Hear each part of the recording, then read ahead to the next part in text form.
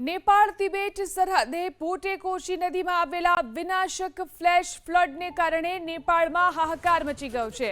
આ તારાજી વચ્ચે ભૂકંપના આંચકા અને ચીન દ્વારા આપવામાં આવેલી નવી ચેતવણીથી નેપાળ પર વધુ એક મોટી હોનારતનું જોખમ તોળાઈ રહ્યું છે। ચીનના જળ સંસાધન મંત્રાલયે ચેતવણી આપી છે કે છોચેન, ખોલા અને પૂરેપુ સાંગપો નદીના સંગમ સ્થળે કુદરતી રીતે બનેલું બેરિયર લેક અત્યારથી જ ઓવરફ્લો થઈ રહ્યું છે।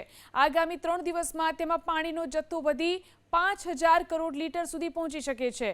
જો આ સરોવર તૂટશે તો આગામી 72 કલાકમાં અભૂતપૂર્વ તબાહી મચી શકે છે। પૂરને કારણે નેપાળના રસુવા, નુવાકોટ અને દાડંગી વિસ્તારમાં 35 કોન્ક્રીટ પુલ, 45 સસ્પેન્શન બ્રિજ અને 42 કિલોમીટર લાંબા રસ્તા ધોવાઈ ચૂક્યા છે। આશરે 13 જેટલા હાઇડ્રો પાવર પ્રોજેક્ટ ઠપ થઈ ગયા છે।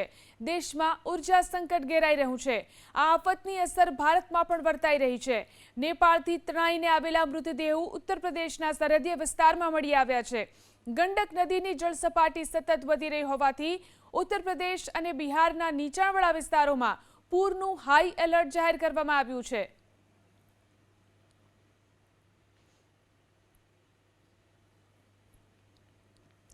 તો નેપાળ પર હજી પણ ખતરો મંડરાઈ રહ્યો છે। ચીને નવી ચેતવણી જાહેર કરી છે। આગામી 72 કલાકની અંદર નવો ખતરો નેપાળ પર આવી શકે છે। નવો કૃત્રિમ તળાવ સરોવર બનવાનો સંકટ અહીં જોવા મળી રહ્યું છે। તિબેટ સીમમાંથી 18 કિલોમીટર ઉપર કૃત્રિમ તળાવ બનેલું છે અને લાખો ક્યુબિક મીટર પાણી તેમાં જમા થયું છે। આ સરોવર તૂટી શકે તેવી ચેતવણી અત્યારે ચીને આપી છે। પાણી હજુ જો વધશે તો તળાવ ફાટવાનો ખતરો અહીં તોળાઈ રહ્યો છે। ચીને આ નવી ચેતવણી જાહેર કરી છે। જો તળાવ ફાટે છે તો 72 કલાકમાં વધુ એક મોટું પૂરનું સંકટ નેપાળ પર આવી શકે છે। તો જળપ્રલયની જે સ્થિતિ નેપાળમાં જોવા મળી, વધુ એક ખતરાની ચેતવણી આપવામાં આવી છે। તિબેટ સીમામાંથી 18 કિલોમીટર ઉપર આ સરોવર બનેલું છે કે જે ફાટી શકે છે। તો નેપાળમાં વિનાશક હોનારતનો આજે ત્રીજો દિવસ છે અને સ્થિતિ પળે પળ વધુ વણસતી જઈ રહી છે। કાટમાળ નીચે દબાયેલી જિંદગીઓને શોધવાનું કામ યુદ્ધના ધોરણે ચાલી રહ્યું છે। તબાહીના આ ત્રીજા દિવસે સૌથી મોટો પડકાર એ પહાડી વિસ્તારો સુધી પહોંચવાનો છે, જ્યાં ભૂસ્ખલન અને તૂટેલા રસ્તાઓને કારણે વાહન વ્યવહાર બિલકુલ ઠપ છે। સમય વીતવાની સાથે પોતાના સ્નેહીજનોને ખોઈ ચૂકેલા લોકોની ધીરજ હવે ખૂટી રહી છે અને કાટમાળમાંથી લોકોને સુરક્ષિત બહાર કાઢવાની આશાઓ પણ ધૂંધળી થઈ રહી છે।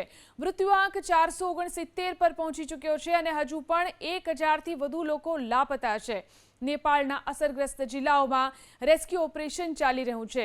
નેપાળમાં ચાલી રહેલા રેસ્ક્યુ ઓપરેશન માટે ભારત સહિત વિદેશમાંથી પણ મદદના પ્રસ્તાવ મળી રહ્યા છે, પરંતુ નેપાળ સરકારે રેસ્ક્યુ ઓપરેશનમાં વિદેશી સહયોગ ન લેવાની વાત કરી છે।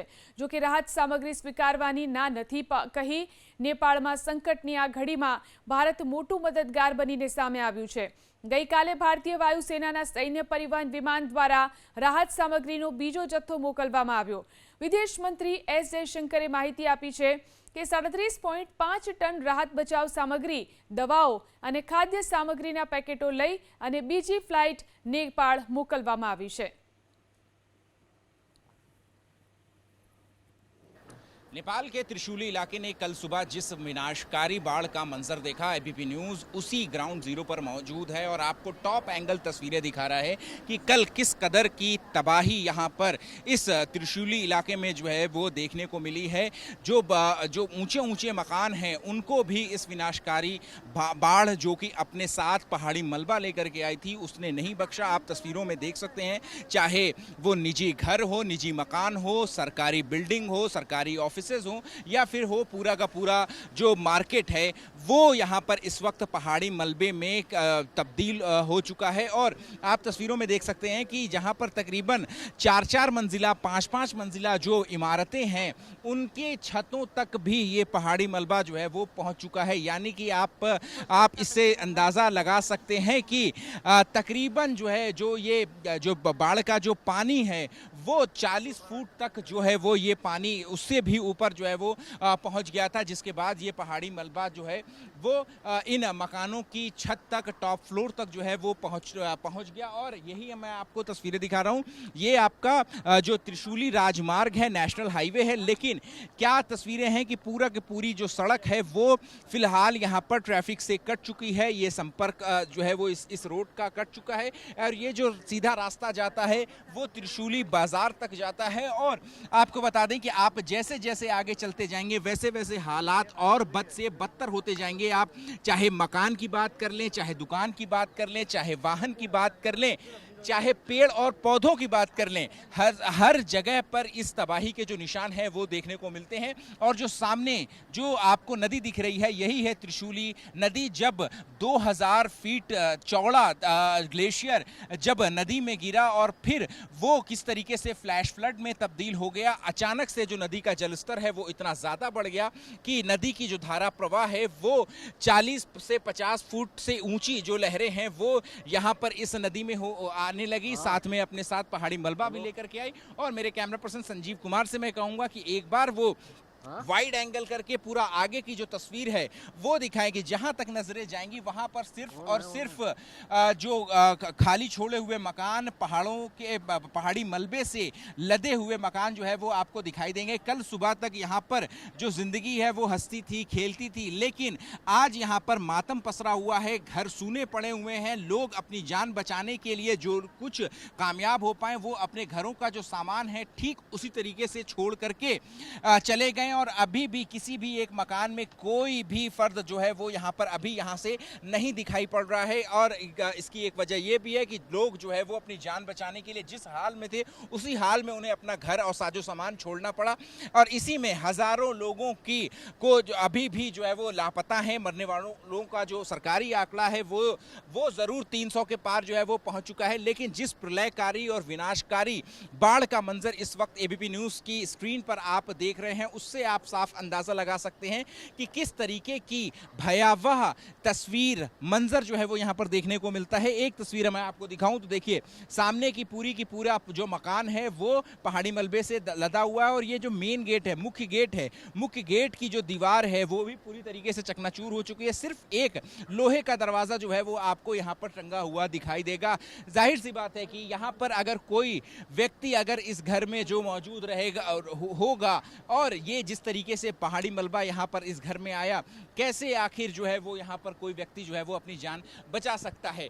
तो यहाँ पर ये मैं आपको टॉप एंगल तस्वीरें जो हैं वो आपको दिखा रहा हूं। सामने त्रिशूली नदी बह रही है, इसी नदी में जो फ्लैश फ्लड है वो आई और अपने साथ पहाड़ी मलबा जब लेकर के आई तो पूरी की पूरी जो इमारतें हैं उनको खंडहर में तब्दील करते हुए अपने साथ पहाड़ी मलबा छोड़ते हुए जो है वो इस पूरे इलाके से होकर के गुजरी है। और ये जहां तक आप मेरी नज़र जा रही है वहां तक भी ऐसी तस्वीर जो है सिर्फ सूने और वीरान मकान जो है वो यहाँ पर इस वक्त मैं यहाँ पर देख पा रहा हूँ। और ऊपर आसमान में लगातार जो हेलीकॉप्टर की जो गड़गड़ाहट है वो यहाँ पर अभी भी सुनने को मिलती है, क्योंकि यही वो ग्राउंड जीरो है, एक तरीके से कह सकते हैं सबसे ज़्यादा जो अफेक्टेड इलाका है वो यहाँ है, सबसे ज़्यादा आबादी वाला इलाका यहाँ है। इसीलिए कल से ही यहाँ पर जो रेस्क्यू मिशन है वो यहाँ पर लगातार चलाया जा रहा है। सैकड़ों लोगों को अब तक जो है वो यहाँ पर बचाया जा चुका है, लेकिन हर गुजरते मिनट के साथ आपको एक जो रेस्क्यू हेलीकॉप्टर है उसकी जो गूंज है वो आपको यहाँ पर इस इलाके में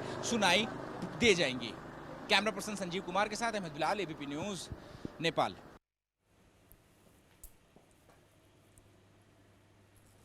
તો નેપાળના ઉત્તરીય ક્ષેત્રમાં વહેતી ત્રિશૂલી નદીમાં આવેલા વિનાશક પૂર પાછળ સાચું કારણ શું હતું તે હવે ભૂવૈજ્ઞાનિકો અને સેટેલાઇટ વિશ્લેષકોમાં મોટો વિવાદ છે। ચોમાસાના અંતિમ તબક્કામાં ગ્લોબલ વોર્મિંગના લીધે નબળા પડેલા ગ્લેશિયર અને ભારે બરફને કારણે અહીં અણધારી તબાહી સર્જાઈ હોવાનું સામે આવ્યું છે। અમેરિકન જીઓલોજીકલ સર્વે અનુસાર 17,000 ફૂટની અતિ ઊંચાઈ પર આવેલા લાંગટાંગ લીરુંગ પર્વત પરથી 1.5 કિલોમીટર પહોળો હિમશિલાનો વિશાળ ટુકડો તૂટી 4,000 ફૂટ ઊંડી ખીણમાં પડ્યો હતો। આ ઘટનાથી પૃથ્વીમાં 5.2ની તીવ્રતાના આંચકા પણ અનુભવાયા હતા। હિમશિલા પડતા જ પાણી, कीचड़ અને પથ્થરોથી ભરેલી 100 ફૂટ ઊંચી લહેરો અહીં ધસી આવી હતી। તો બીજી તરફ અન્ય વિશ્લેષકો દાવો કરી રહ્યા છે કે સવારે ચીન સરહદે આવેલા 4.4ની તીવ્રતાના ભૂકંપના આંચકાથી હિમશિખર તૂટ્યું હતું. આ કાટમાળે ચીની સરહદે વહેતી લૈંદે ખોલા નદીનો પ્રવાહ સંપૂર્ણપણે રોકી દેતા ક્ષણભરમાં વિશાળ સરોવર રચાઈ ગયું. પાણીનું ભારે દબાણ વધતા આ સરોવર ફાટ્યું અને કરોડો લીટર પાણી સાથે પથ્થરોની દિવાલ ત્રિશુલી નદીમાં ખાબકી. ઊંચા નીચા પર્વતીય ઢોળાવોએ પૂરની ગતિ બમણી કરી દેતા ખીણ વિસ્તારમાં વસેલા ગામડા અને માનવ વસાહતો તણાઈ અને વિખેરાઈ ગયા હતા.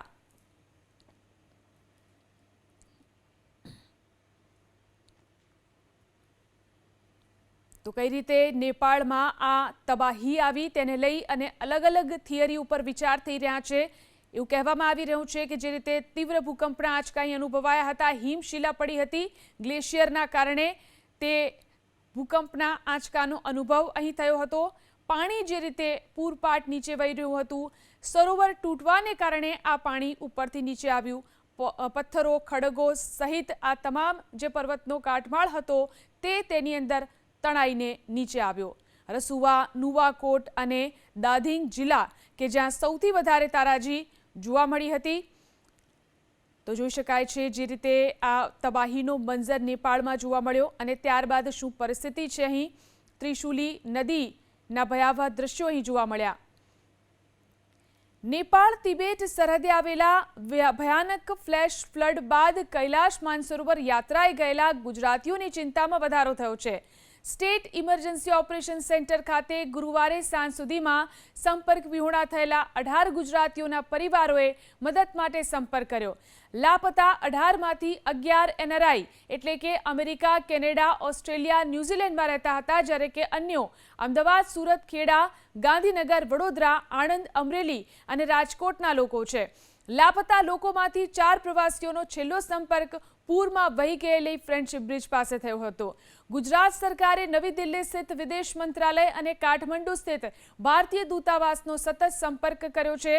કોઈ પણ અધિકૃત માહિતી કે મદદ માટે કંટ્રોલ રૂમ નંબર અને હેલ્પલાઇન નંબર પણ જાહેર કરવામાં આવ્યા છે.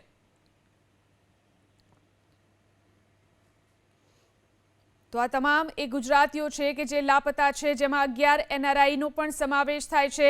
સુરતના જ્યોતિ પી પટેલ કે જે હાલ યુએસએમાં સ્થિત છે તે અત્યારે ગુમ છે. મીનાક્ષી એસ રામાણી કે જે હાલ મુંબઈમાં સ્થિત છે તેઓ ગુમ છે. કિન્નરી પટેલ કે જે ન્યૂઝીલેન્ડમાં છે તે અત્યારે લાપતા છે. આ તમામ પ્રવાસીઓ ત્યાં ગુમ છે. ન્યૂઝીલેન્ડના મિહિર પટેલ તે પણ NRI છે, તેઓ પણ ગુમ થયા છે. તો બિમલ કુમાર પટેલ કે જે આણંદના છે અને હાલ યુએસએમાં સ્થિત છે તેઓ પણ ગુમ થયા છે. જેમિનાબેન પટેલ કે જે હાલ યુએસએમાં છે, આણંદના છે, તેઓ પણ ગુમ થયા છે. આ ઉપરાંત રોમા ઈટવાલા કે જેઓ વલસાડના છે. આ તમામ લોકો નેપાળ ફરવા માટે ગયા હતા, કૈલાશ માનસરોવર ગયા હતા અને જે ગુમ થયેલા ગુજરાતી લોકો છે તેમના આ નામ છે કે જેમની હજી સુધી ભાળ મળી નથી. આ માટે હેલ્પલાઇન નંબર પણ જાહેર કરવામાં આવ્યો છે, કંટ્રોલ રૂમ નંબર પણ જાહેર કરવામાં આવ્યો છે અને સતત નવી દિલ્હી સ્થિત વિદેશ મંત્રાલય અને કાઠમંડુ સ્થિત ભારતીય દૂતાવાસનો સતત સંપર્ક કરવાનો પ્રયાસ થઈ રહ્યો છે. મદદ માટે કંટ્રોલ રૂમ નંબર અને હેલ્પલાઇન નંબર પણ જાહેર કરી દેવામાં આવ્યા છે, જેના કારણે આ તમામ જે લોકો ગુમ છે તેમના વિશે જલ્દીમાં જલ્દી ભાળ મેળવી શકાય. જે લોકો ગુમ થયા છે તેમાં 18 ગુજરાતીઓ છે, જેમાં 11 NRI છે.